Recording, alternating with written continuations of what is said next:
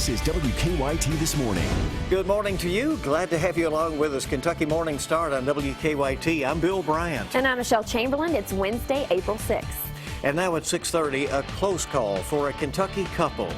We just escaped death. I mean, it was scary. A WKYT exclusive interview. A Laurel County couple says they were on that helicopter that crashed in the Smoky Mountains just an hour before it went down. Robbed at gunpoint at his own home. Details on a crime alert we're tracking in Lexington. And first it was Jamal and then Sky and now Scal. Now, will there be a third Wildcat going pro today? Yeah, we're looking at the chilly conditions outside this morning, but it warms very rapidly as we go through the day. We'll actually be in the 60s later on this afternoon. This is no doubt about it, your warmest day in the next 6 to 7 days. We'll talk about that and also that rain moving in coming up. We'll see in a bit, and here's the latest news from WKYT. 5 people who were killed in that tourist helicopter crash in the Smoky Mountains of Tennessee have now been identified. The helicopter crashed Monday and burst into flames near Sevierville and Pigeon Forge. Police say the pilot was 38-year-old Jason Dow of Tennessee. The passengers were 49-year-old Jonah Morvan of Tennessee and her 18 and 22-year-old children who lived in North Carolina. Police say a 21-year-old Texas man was also on board. In a WKYT exclusive interview, a Kentucky couple who was on that same helicopter just an hour before is talking about their close call. WKYT's Caitlin Sintner is at our live desk this morning with their story. Good morning. Good morning, Michelle. Shannon and Riona Collins are counting their blessings. They took a spring break trip away together, just the two of them away from the kids. But they couldn't feel more thankful to be home this morning with their 5 girls. The pair was among the last to ride a Smoky Mountain helicopter's chopper before it crashed, killing 5 people. Smoky Mountain Helicopters was the first place they had stopped. It was a gorgeous day and a ride that seemed to be the picture-perfect getaway until they heard the news later that afternoon. The couple started getting phone calls from friends and family asking if they were okay. The news shocked them.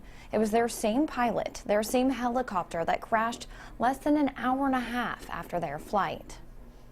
And he said it's going to be a little bumpy, and I said it's good because I want him, her to be just a little bit scared, but not too scared. So it was a good flight, and he was nice. He was nice. He talked to us the whole time. He laughed. I mean, first impressions, it was a nice drive. I enjoyed it, but I don't know.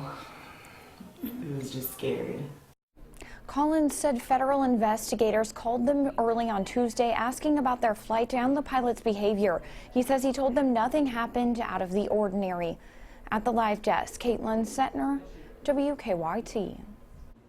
New on WKYT this morning, Lexington police are looking for 2 people accused of robbing a man on his front porch. The victim told police that someone knocked on the door of his home on Ward Drive in the Winburn neighborhood around 1 this morning. He says a man pulled a gun on him and demanded his money. The victim gave him what he had and said he saw the man and the woman get into a dark-colored Camry. 2 people were taken to the hospital after an overnight crash in Lexington. It happened about 2:30 this morning on New Circle Road near Harrodsburg Road. Police think the driver was under the influence when the car flipped into a ditch. The driver and a passenger were taken to the hospital with non-life-threatening injuries. Well, he's accused of causing a crash that badly injured a child and then driving off. Police say 23-year-old Analfo Vargas was driving drunk when he ran a red light and hit another car that was carrying 2 adults and 4 children. All 4 of those kids were hurt, including a 5-year-old who suffered some life-threatening injuries. But while Cruz treated the injured children, Vargas took off. Police say he tried driving in the wrong direction before he eventually crashed into a road sign. They say a citizen restrained him until police could get there and arrest him. As for the 5-year-old who was seriously hurt, at last check, police say she is now stable at UK Hospital. A newly released audit of the Madison County Fiscal Court reveals numerous problems with the county's finances. Most of the issues deal with the previous administration, but as WKYT's Mark Barber is about to explain, the problems span over several years. He joins us live from Richmond with more details. Good morning, Mark. Good morning, Michelle. The state audit underscores issues with bidding requirements that were not followed and overdrafts in the county's payroll fund. It appears as if the main concern in the state audit is the lack of financial control in the county's emergency management agency. The audit uncovered issues that were found in one program, the Chemical Stockpile Emergency Preparedness Program, or CSEP. It's a federal program, so many of its expenditures do not have the same oversight that other county programs have. The audit highlights the Tamara Phelps embezzlement case as an example of the need for more financial control. The former bookkeeper was sentenced last week after she admitted to stealing more than $300,000 from the federal program. The money was used to make several repairs to a vehicle that was not owned by the county. The expenditures also included the purchase of 59 iPads and reimbursement for out-of-state travel expenses while she was clocked in on county property. Now, while most of the issues underscored in the state audit were existing before Judge Executive Reagan Taylor took office here in 2014, he says that he is implementing all the recommendations that the audit has put forward, as in putting in more reviews and more approvals in place so these issues cannot happen here again. If you would like to take a look at the full audit for yourself, we have it posted over on our website, WKYT.com. Live in Richmond, Mark Barber, WKYT. Thank you, Mark. Now, the search is on this morning for an inmate who escaped from the Estill County Jail. State police are looking for Frances Stamper. She was in jail on a warrant for failure to appear. Police say she was last seen wearing a green shirt and black leggings. The time is coming up on 6:37 on WKYT, and new this morning, a former Kentucky police officer is in jail and facing multiple sex charges. Lowell Waddell was arrested in Charleston, West Virginia. He used to be an officer with the Greenup Police Department. State police say Waddell is accused of abusing a child who was under the age of 16. An attorney for the city of Greenup says Waddell was let go from the police department more than a decade ago, and that his departure had nothing to do with the sort of charges that he is now facing. An Ohio man is charged with murdering 2 family members in Kentucky. Stanley Webb Jr. was arrested over the weekend. State police say Lewis Garden and her stepson Michael Garden were found dead in their Lawrence County home. Police say Webb then stole Garden's car, and he was arrested after a short chase with Columbus police. A motive for the murders and details on Webb's relationship to the victims have not been released. Lexington Mayor Jim Gray's proposed new city budget includes money for police, upgrades to city pools, and a new youth sports complex. The mayor's budget is based on projections that the city will have a $6 million surplus. Mayor Gray wants to increase funding for public safety by hiring 20 new police officers and implementing the use of body cameras. If it's approved, the Masterson Station neighborhood would also get a new fire station. And a 134-acre site between Versailles Road and Parker's Mill would be turned into a youth sports complex. Some defunct buildings in downtown Lexington could soon be given some new life. The Herald Leader is reporting that the old A1A bar on Main Street near Eastern Avenue has been sold. Developer Jeff Morgan is planning to tear down the building and replace it with a 5-story mixed-use building. The paper says the complex will include businesses on the first floor, condos on the upper floors, and 2-story parking garage as well. If the city gives the okay, demolition for the $7.5 million project could start in May. So it's sort of on the fast track there. Well, Kentucky basketball has another special announcement. This one is scheduled for this afternoon. This just comes a day after freshman Scal Abizier announced he was going pro. UK says Scal plans to hire an agent, and that means his Kentucky career is over. In a statement, John Calipari said he was proud of the way Scal handled himself this season. A lot of buzz on Twitter yesterday when that announcement came out. Exactly. We knew them briefly, right? Yes, yeah. Very true. As part of their partnership with Keeneland and the University of Kentucky, Maker's Mark is preparing to unveil their latest commemorative bottle. And it's one that many will recognize. This is the first look at the 2016 bottle featuring UK basketball coach Joe B. Hall and the 1978 National Championship team. It goes on sale Friday. It will be available throughout the state. And next Friday, April 15th, you can get your special bottle signed by 4 members of the 78 championship team out at Keeneland. The first installment of the commemorative bottle series featured Adolph Rupp. It was released last April. Sales of the bottle will raise money for UK's Student Athlete Support Program.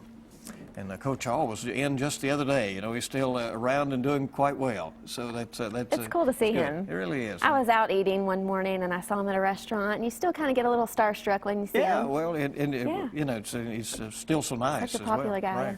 All right, this word just into our WKYT newsroom. Janet Jackson is dropping some veiled clues that has many fans thinking that she's pregnant. The 49-year-old announced on Twitter this morning that there has been a sudden change to the second leg of her Unbreakable tour. She said she and her husband are, quote, planning our family. She did not say she was pregnant, only that she has to rest up.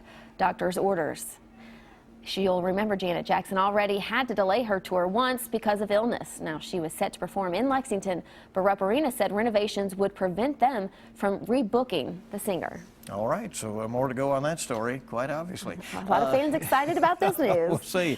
It's coming up on 6:41 now on WKYT this morning. Let's check to see how traffic is moving along this morning. Here's Officer Don with a check on live drive traffic. Don, good morning. Good morning. Got a report of some debris in the roadway. It's on the inner loop of the circle just past Versailles Road. Of course, there's construction that's happening in that area as well. So watch for part of the right lane to be blocked until they can clear that in the next few. Live look at overall traffic flow. No major issues as we can see. It looks like not a whole lot of red dealing with on Nicholasville Road yet, so that's good. As far as our drive times are concerned, from Nicholasville, should be a pretty normal ride for now. 12 to 15 minutes is what we've been holding so far. Coming in from Versailles, we're dealing with 12 minutes. Paris, 19, and Winchester, 22. Now back to you in the studio. All right, and everybody hold on to that steering wheel this afternoon. The wind is really going to be kicking up, maybe up to 40 miles an hour in some areas. Yeah, you got to get out and enjoy the day before all that starts off, right? You got it. And it's your Wednesday. We're glad you're with us on Hump Day on WKYT this morning. United Airlines did not let this slide. More on a flight attendant's dramatic exit after weather. And we're seeing the very chilly conditions this morning. We get into the afternoon, much better, much milder, windy conditions, and also some rain. I'll show you how that's going to affect your afternoon coming home from work. Coming up next.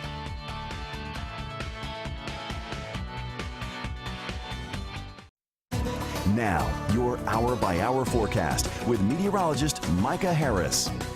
Yeah, we're looking at it and about and seeing those temperatures in the 30s. Now, as we track through the day, you're going to see these temperatures from the 30s and 40s jump very rapidly. We're talking about the 60s later on this afternoon. So as you are headed out and about, just keep in mind that you're going to be rolling through some pretty nice conditions later on today. It's much more of what's before that actually affects us, the chilly start to the morning, and then some rain moves in later on in the afternoon. Let's go through it. Let's take you hour by hour. Here's the 24-hour forecast, and we're going to say mainly dry through about noontime. I'd say 3 p.m. to about 6 p.m. is when a few showers move on in, and temperatures will be right there in the mid-60s. Not only that, but some very gusty winds. Remember last Saturday where we hit 50 miles per hour? There is that possibility to hit 50, but for the most part, we're going to be 25 to 45 miles per hour with those winds. It's going to be very gusty out of the south and southwest. What that's going to do is usher in a little bit of moisture from the Gulf of Mexico and put it right in line for those line of showers and thunderstorms later on today. Remember, 3 to 6 p.m. you could have a few showers. Kids coming home from school might run into some showers, especially along 75 back toward the west. That's your best bet. Eastern half, you may not even see rain until the sun sets after that, and once we hit dark. But evening and nighttime hours, that's when your thunderstorm activity moves in. Let me show you this on hour by hour. Watch this. Here's the noontime. Not much going on, right? Go off towards, say, 6 p.m. Then we're talking about that I-75 corridor and back toward the west. That's where we could see a few of those showers spark up. So like I was talking about, kids coming home from school, you coming home from work, 5, 6 p.m., that's where we could see some of those showers moving on in. But the thunderstorms get going later on during the evening. Watch this, all right? So anywhere from 6 p.m. to about 8 p.m. in the far western zones. That does include Lawrenceburg. That works your way into Spencer County, Nelson, Washington, Marion, Taylor, so on and so forth. Once you hit the I-75 corridor, it's more of your 7 to 10 p.m. So during maybe late dinner or right as you're getting ready for bed, that's when some of these storms move on in. None of this is severe weather anticipated, so I just don't see much of any severe weather activity once we head off into the evening and night. And then we're talking 10 p.m. to about midnight is when you can see it for the far eastern zones. Those are your thunderstorms. That moves on out. Some cooler conditions filter on in, and we'll see not only cooler conditions, but also some rain showers on Thursday and Friday. Keep in mind, Friday, That system, as long as it slows down, allows that warmer air to slide on in here. That means mainly rain showers as opposed to snow showers. Now, you'll have rain showers on Friday, but Friday night into Saturday, that's when you could have that chance at seeing a few flakes in the forecast. So we're really going to be watching there for the next few days. Just an ugly pattern taking shape. I mean, today you're talking about the rain and thunderstorms. Tomorrow you're talking about showers. Next day showers, then some snow showers and gusty winds and cold temperatures. There's a lot to talk about in this forecast. So people today need to get out and enjoy the weather until when? Until about 4 p.m. 4. That's probably Okay. your best bet. After that is when some rain starts to move on in, so you can get a lot of those errands done. Then after that, don't go anywhere with him. Yeah. 'Cause he'll be jumped on. You know? Milkshakes thrown at you. Yeah, I mean, people aren't a big everything. fan I'll right have to now. back you up, right? Yeah, right. Okay. Thank you, Mike. 6:48 now on WKYT. Talk about grand exits. A flight attendant in Texas slid off a passenger plane's emergency chute. When she wasn't supposed to. You know, of course, this has all been caught on camera now. She activated the emergency slide after the plane landed in Houston. You can see her toss out her bag and then slide down the chute. There she goes. Many of the passengers said they didn't know what happened. United says the flight attendant is no longer employed there. I wonder why she did that. That would be interesting Maybe to she know. knew she'd be fired, and like we said earlier, it is a grand exit. So, It's a good way to go out. yeah, I guess so. Maybe she just always wanted to try it, and she was like, you know what? I'm leaving. I'm going to give it a shot. Check that off the bucket list. All right, 6:49 on WKYT on your Wednesday morning. More news when we come back. Coming up, how last night's losses in Wisconsin could impact the path to the nomination for both parties' frontrunners. Plus, a closer look at Donald Trump's plan to strong-arm Mexico into financing a border wall. More real news coming up on CBS This Morning, next. Good morning. Welcome back into WKYT this morning. Our time is 6:52. Some of our top stories now. A Laurel County couple is grateful to be alive this morning after taking a tour on that very same helicopter that crashed in the Smoky Mountains. Yeah, Shannon and Rihanna Collins said they planned for a week-long getaway in Gatlinburg. On Monday, they decided to take a helicopter tour from Smoky Mountain Helicopters. An hour later, they learned that the helicopter from that company was involved in a fatal crash. Once they learned it was the exact helicopter they were on, the couple cut their trip short to get back home to their 5 girls. We was blessed that we'd be able to come home and see our kids and stuff, and at the same time you feel overwhelmed emotion that, you know, that pilot and those passengers not going to get to do what we just done. The couple says federal investigators called them yesterday and questioned them about the flight and the pilot. Beside it being a windy flight, they told investigators the pilot was pleasant and everything seemed fine with the helicopter. All 5 people on that sightseeing flight were killed. 3 bodies have been recovered this morning from a Lee County apartment building that was destroyed in a fire. The Lee County Fire Chief is telling us that Cruz found the bodies last night in the rubble of the building on Golf Course Road in Beattyville. The victims have not been identified, but neighbors are telling us that a couple who lived on the first floor and a woman who lived upstairs did not make it out alive. They say the couple was expecting a baby. 10 other people survived the fire. Investigators this morning are trying to determine a cause. We're tracking a death investigation in Laurel County where the sheriff's office there says a man was found dead inside a home. Deputies say people who live at the home on Robinson Creek Road found 30-year-old Anthony Johnson dead in a bedroom. Police say he had head trauma, but the exact cause of his death has not been released or in fact determined at this point. The 2016 presidential contenders are turning their full attention to New York's upcoming primary following last night's contest in Wisconsin. Ted Cruz scored an upset victory over Donald Trump in Wisconsin last night, complicating Trump's path to the Republican nomination. Bernie Sanders beat out Democratic frontrunner Hillary Clinton in the state, but still trails far behind her in the overall delegate count. An Oklahoma TV crew just happened to be in the right place at the right time. They were covering a wildfire yesterday afternoon when they noticed a man trying to get road grader out of the area. The man tried to get the equipment up on the road to turn it around, but he ended up getting stuck. The news crew had their camera rolling when things quickly went wrong. Come on, get out. Come on. Oh, what door? Get in. Hurry up, hurry up. Come on. Back in. Oh, wow, they got out at the right time. As you saw there, that fire got dangerously close to the crew.